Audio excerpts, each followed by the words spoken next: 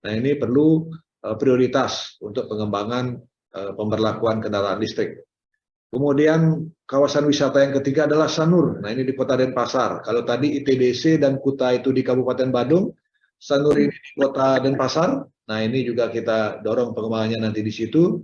Kawasan wisata yang keempat adalah di Ubud. Nah, di Ubud ini di Bali agak ke tengah. Jadi ini healing tourism di sini, culture tourism. Nah, ini kita dorong penggunaan kendaraan listrik di sini untuk menjaga alam Ubud juga kita tetap lestari. Kemudian yang kelima adalah ini kawasan baru untuk pusat kebudayaan Bali yang sedang dibangun di Gunakse seluas 300 hektar lebih. Nah, ini rencananya sepenuhnya adalah menggunakan kendaraan listrik untuk mobilitas petugas, pengunjung, dan kegiatan di sana.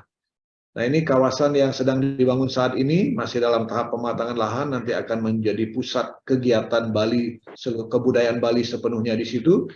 Adalah bagian dari revitalisasi lahan ex Galian C yang terbengkalai puluhan tahun, Pak Direktur. Nah, ini sudah mendapat dukungan dari Bapak Presiden melalui program pinjaman pemulihan ekonomi nasional kemarin. Nah, jadi sekarang pemerintah Provinsi Bali fokus ke situ. Ketika nanti pembangunan fisiknya sudah dimulai, sejalan dengan itu roadmap untuk kendaraan listriknya juga kita selesaikan. Mudah-mudahan nanti bisa mendapat support dari JJI ini.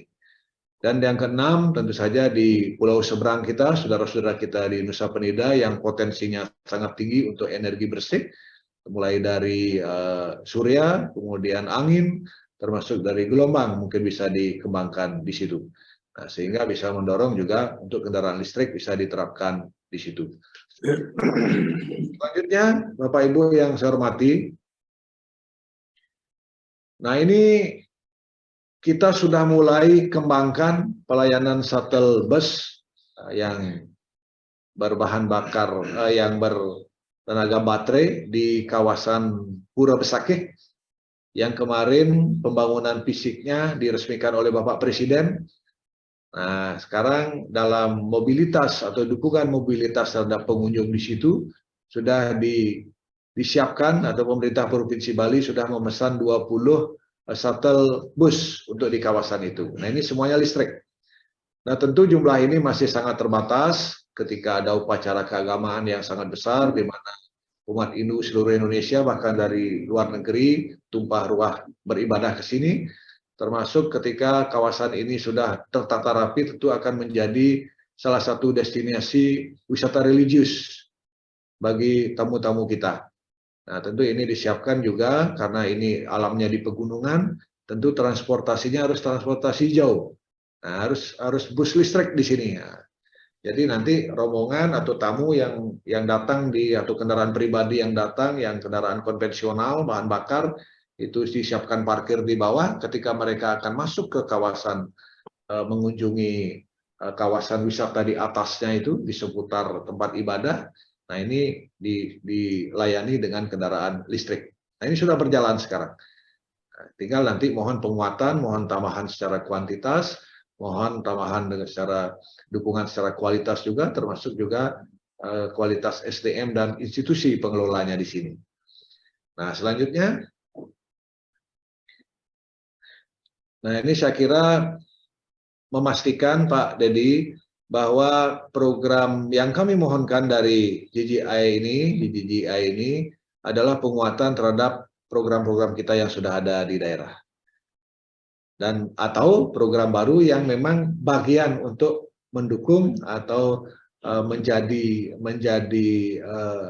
penopang dari men-trigger program kita di daerah supaya jangkauan, cakupan, akses dan seterusnya dari kendaraan listrik kita bisa lebih luas. Ya, jadi ini kita memastikan bahwa program kita ada di perangkat daerah kita terkait di Provinsi Bali. Lanjut. Nah, pola operasional kami kira ini sudah berjalan. Lanjut untuk rencana kita ke depan. Nah, ini juga contoh-contoh yang sudah dioperasikan di kawasan Pura Besakih. Jadi bagaimana kendaraan listrik sudah mulai dioperasikan, termasuk di kawasan pusat kebudayaan Bali mungkin nantinya dan di rencana di tujuan wisata.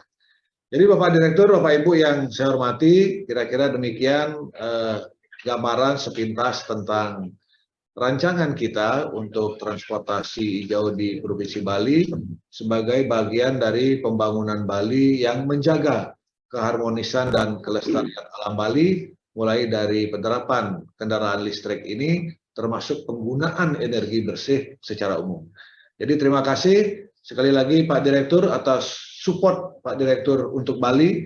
Mohon program ini menjadi penguatan bagi program kami di daerah, artinya segaris, dan semuanya adalah dalam rangka menjaga kelestarian dan kesucian alam Bali dengan tetap mewujudkan kesejahteraan masyarakat Bali dalam bingkai negara kesatuan yang kita cintai. Matur suwun Pak Direktur, kurang lebihnya mohon dimaafkan.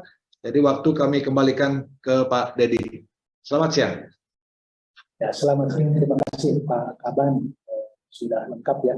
Istilahnya tadi, sebenarnya kalau isu yang kita coba diskusikan, misalkan executing agency ya, istilahnya memimpin agensi, kalau sebenarnya Provinsi Bali itu sangat cocok gitu ya. Cuman mungkin karena memang aturan administratif memang tidak bisa memungkinkan ya pemerintah daerah untuk menjadi executing agency ya, mungkin nanti sistemnya nggak tahu ya, mungkin semacam serah terima atau apa, tapi yang minimal seperti yang tadi disampaikan Pak Kaban, bahwa itu programnya sinkron gitu ya.